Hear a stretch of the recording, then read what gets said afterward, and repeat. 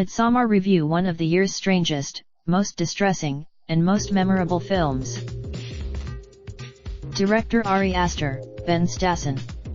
Starring Florence. For director Ari Aster, horror starts at home. It's those closest. At its center is Danny Florence Pugh, a young American woman who's suffered unspeakable loss but isn't getting the support she needs from her boyfriend of 4 years, Christian Jack Raynor.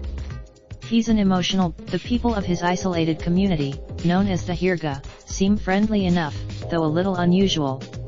Everything they do seem, as he did in Hereditary, Aster puts much of his emphasis on singular, shocking images. He lets the camera. None of this sounds like the usual way to approach horror, but Aster's MO is to throw convention out of the window.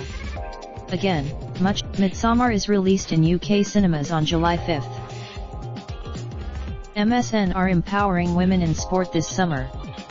Find out more of Gallery A biggest box office bombs of all time stacker. Raindrop, drip, drop top, top smoking, no cooking the hot bar. Fucking on your bitch, yeah, that.